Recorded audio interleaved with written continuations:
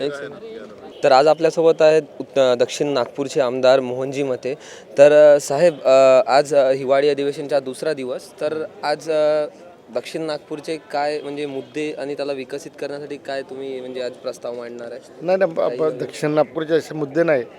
विशेषतः सभागृह जे चालते, सभागृह कायद्याने चालते आणि आज सगळ्यात आधी प्रश्नोत्तराचा तास राहील, मग औचित्याचे मुद्दे राहील, त्याच्यानंतर मग लक्षवेधी राहील, मग वेगवेगळे विधेयकं राहतील.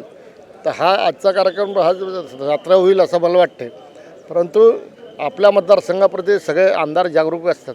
नॅचरली आम्ही अनेक प्रश्न मतदारच्या संघाच्या करता टाकलेले आहे आणि जेवढे प्रश्न लागतील त्याच्यावर काय बोलायचं, कसं बोलायचं हे आम्ही आधीच ठरवलेलं असतं.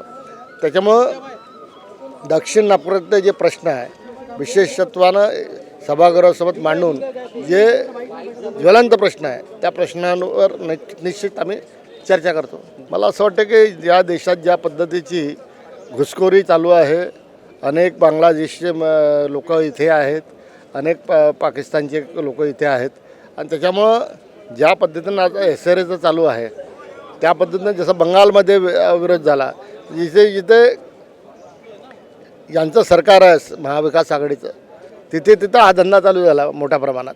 तर मला असं वाटतं या संदर्भात युतीने आपली भूमिका स्पष्ट करून येणाऱ्या काळात असे जे लोक आहेत त्यांच्या तिकडे पाठवावं. हा सगळ्यात महत्त्वाचा आणि हा ज्वलंत प्रश्न आहे आपल्या लोकांकरता. कारण आज बाहेरची लोकसंख्या आली, ते काम करतील, तुमचे लोक उपाशी मारतील का? तर या संदर्भात आपले इथले जे लोक आहेत, स्थानिक लोक आहे, जे भूमिपुत्र आहे, त्यांना रोजगार मिळेल, त्यांचं चांगलं होईल. त्या संदर्भात जे प्रश्न आहे, आमचे प्रश्न अशाच प्रकारचे राहतात. आता वडेविट्टीवारांनी किती लोकांना घाम फोडला तुम्ही सगळ्यांना माहीत आहे.